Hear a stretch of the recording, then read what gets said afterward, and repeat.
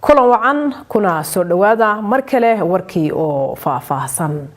aan ku bilaabay 2019 dalkani Kenya waxa laga bilaabayaa sharci casri ah oo ka bedelan sharciga iminka ay qaataan Kenyaanku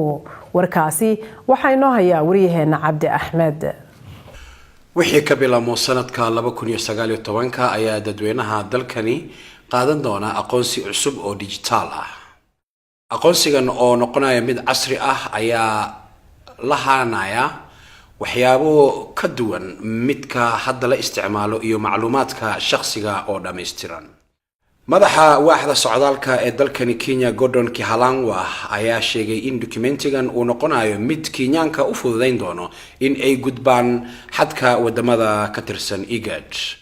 waxa uu agaasimuhu intaasi ku daray in lagu guda jiro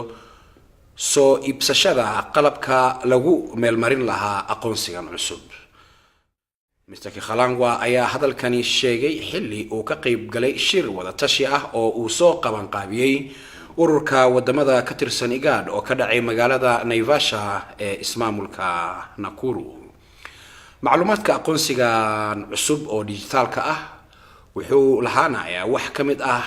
caymiska caafimaadka canshuuraha iyo laysinka lagu kaxeeyo baabuurta In 3 months time I'll come back to pick